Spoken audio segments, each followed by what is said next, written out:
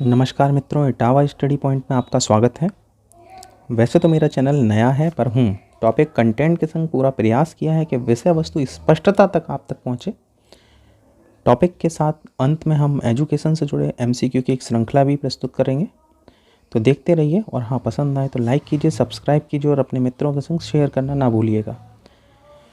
चलिए शुरू करते हैं आज का टॉपिक। आज का प्रकरण है, टॉपिक है एजुकेशन अर्थात शिक्षा।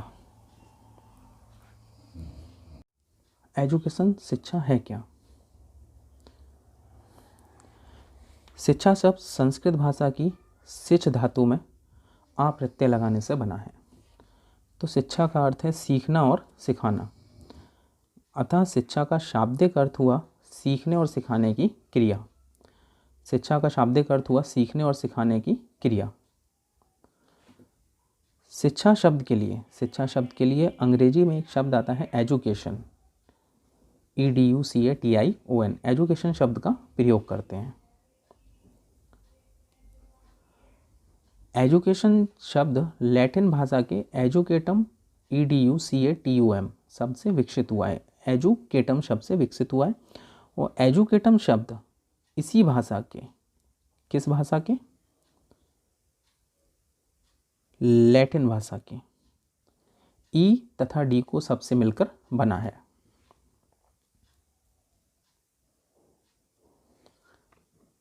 यहाँ ई का अर्थ है अंदर से और ड्यूको का अर्थ है आगे बढ़ाना।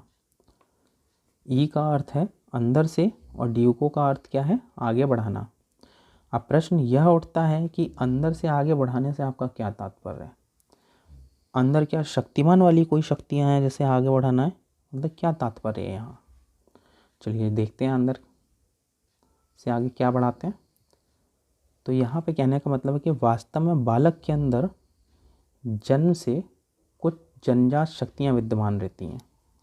अगर हम उन उचित वातावरण के संपर्क में आने पर ये शक्तियाँ विकसित हो जाती हैं, जबकि उचित वातावरण के अभाव में यह अवांछित रूप ले लेती हैं।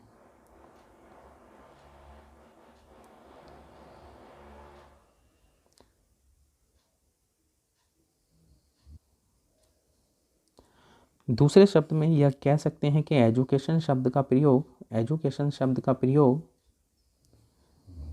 व्यक्ति या बालक की आंतरिक शक्तियों का बाहर की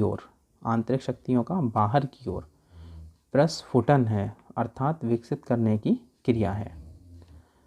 एजुकेशन को संक्षेप में अगर परिभाषित करें, एजुकेशन शब्द को अगर संक्षिप्त में परिभाषित करें तो इसकी एक छोटी सी डेफिनेशन निकलेगी कि शिक्षा क्या है? शिक्षा मानव व्यवहार का परिमार्जन है। Education is the modification of behaviour. Education is the modification of behaviour.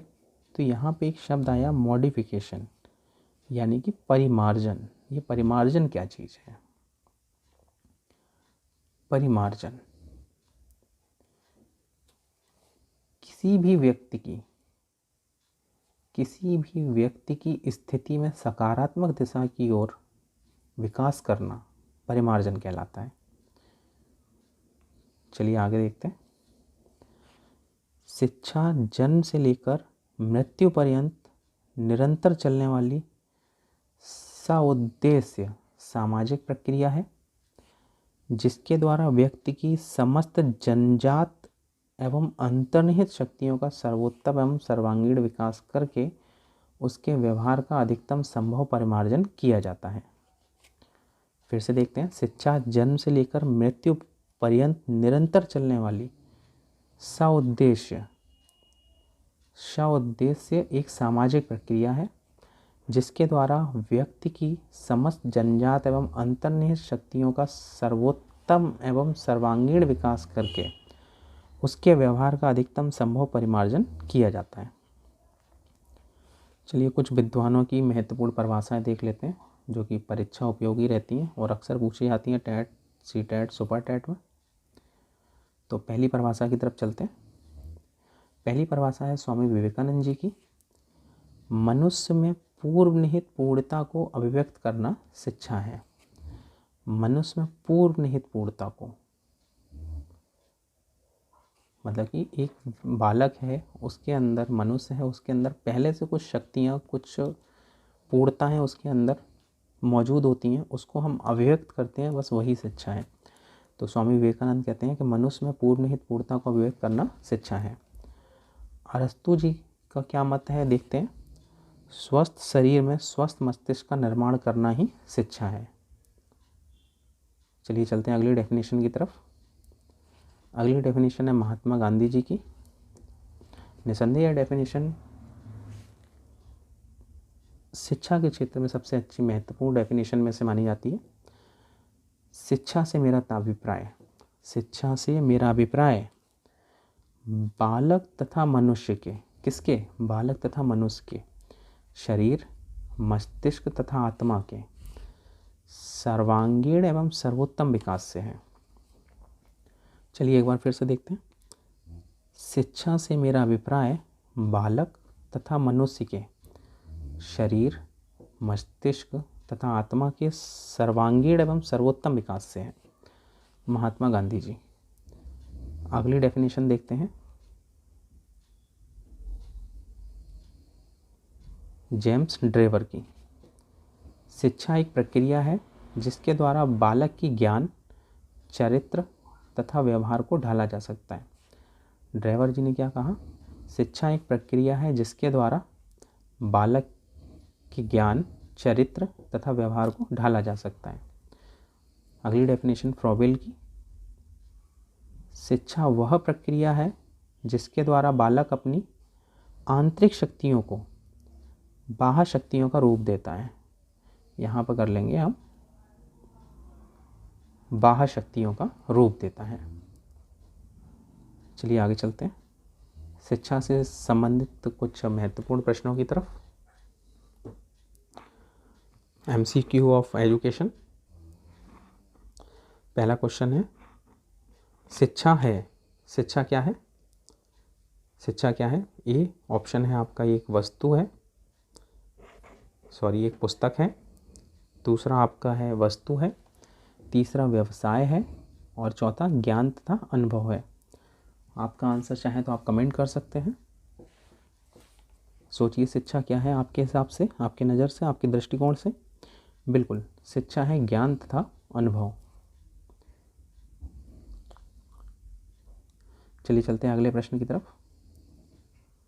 निम्न में से कौन एक नियमित शिक्षा के अंतर्गत आता है, नियमित शिक्षा के अंतर्गत आता है। आपका ऑप्शन ए है पाठ्यक्रम, बी समाज, सी समुदाय, डी राज्य। बिल्कुल आपका आंसर होना चाहिए ए पाठ्यक्रम। पाठ्यक्रम नियमित शिक्षा के अंतर्गत आता है। अगले प्रश्न की तरफ चलते हैं।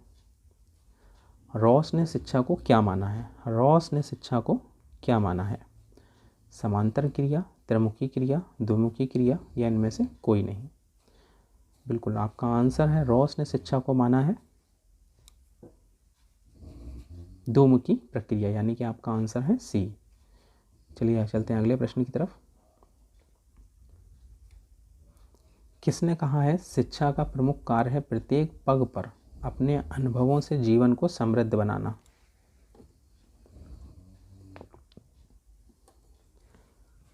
ए रॉस, बी डीवी, सी पेस्टोलॉजी, डी महात्मा गांधी। बिल्कुल आपका आंसर है बी डीवी। चलिए चलते हैं अगले प्रश्न की तरफ।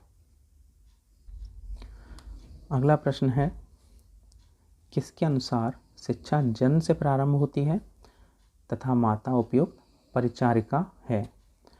ऑप्शन है आपके A Raymond, B Rousseau, C Brown, D Kant. जी आपका बिल्कुल आंसर है होना चाहिए बी रूसो। आपका आंसर होना चाहिए रूसो। अगला प्रश्न है, परिवार की क्या प्रमुख विशेषताएं हैं। परिवार की क्या प्रमुख विशेषताएं हैं। ए सार्वभौमिकता, बी भावात्मक आधार, सी दोनों, डी इनमें से कोई नहीं। चलिए बताते हैं इसका आंसर है, परिवार की प्रमुख विशेषताएं हैं ए सार्वभौमिकता, साथ में बी भावात्मक आधार। तो आपका आंसर है यहाँ पे सी। चलिए, सार्वभौमिकता से आशय क्या है यहाँ पे? सार्वभौमिकता का मतलब है यूनिवर्सलिटी, मतलब कि वो बात, वो तथ्य जो पूरी पृथ्वी पर एक समान रहते हैं, उसको हम कहते हैं सार्वभौमिकता। सार्वभौमिकता एक भाववाचक संज्ञा है। यहाँ पे सर्व का अर्थ है सब और भौमिकता का अर्थ है भूमि पर होने की अवस्था, यानी कि संपूर्ण पृथ्वी पर जो बात या तथ्य पूरी पृथ्वी पर एक समान रहते हैं उसको बोलते हैं हम सार्वभौमिकता। चलिए चलते हैं अगले प्रश्न की तरफ। किसने कहा है मनुष्य में पूर्वनिहित पूर्णता को अभिव्यक्त करना शिक्षा है? ये ऑप्शन है आपका महात्मा गांधी, बी रूसो, सी विवेकानंद और डी अरस्तु। बिल्कुल, तो आपका आंसर होना चाहिए सी, स्वामी विवेकानंद। स्वामी विवेकानंद की परिभाषा है मनुष्य में पूर्वनिहित पूर्णता को अभिव्यक्त करना शिक्षा है। चलिए चलते हैं अगले प्रश्न की तरफ। किसने कहा है शिक्षा एक त्रिमुखी प्रक्रिया है? जॉन डीवी ने कहा है, महात्मा गांधी जी ने कहा है, अरस्तु ने कहा है या फ्रॉवेल ने कहा है? सबसे ज़्यादा परीक्षा में पूछे जाने वाली ये क्वेश्चन है कि शिक्षा एक त्रिमुखी प्रक्रिया है, किसका मत है, किसने कहा है? तो बिल्कुल ये कहा है जॉन डीवी ने। चलिए चलते हैं अगले प्रश्न की तरफ। किसने कहा है स्वस्थ शरीर में स्वस्थ मस्तिष्क का निर्माण करना ही शिक्षा है? स्वस्थ शरीर में स्वस्थ मस्तिष्क का निर्माण करना ही शिक्षा है। महात्मा गांधी जी ने, विवेकानंद जी ने, अरस्तु ने या फ्रॉवेल ने? बिल्कुल, आपका जवाब यहाँ पे होना चाहिए सी, अरस्तु। चलिए अगला प्रश्न देखते हैं। वर्तमान समय में शिक्षा बालक के लिए है, बालक शिक्षा के लिए नहीं है, इस कथन का क्या आशय है? बिल्कुल, आज के परिप्रेक्ष्य में, आज के समय में शिक्षा बालक के लिए है, शिक्षा बालक के लिए है, बालक शिक्षा के लिए नहीं है। इसका आशय है ए बाल केंद्रित शिक्षा, बी व्यक्तिपरक शिक्षा, सी समावेशी शिक्षा या डी विस्तृत शिक्षा। आपके आंसर क्या है? बिल्कुल, आपका आंसर होना चाहिए ए बाल केंद्रित शिक्षा। चलिए चलते हैं अगले प्रश्न की तरफ। अगला प्रश्न है सामाजिकरण और व्यक्तिकरण एक ही प्रक्रिया के दो पहलू हैं, यह कथन किसका है? प्रश्न एक बार फिर देखते हैं। सामाजिकरण और व्यक्तिकरण एक ही प्रक्रिया के दो पहलू हैं, यह कथन किसका है? रॉस का, टीवी नन का, मैकाइवर का या इनमें से किसी का नहीं? तो यहाँ पे आपका आंसर है सी, मैकाइवर। चलिए अगला प्रश्न देखते हैं।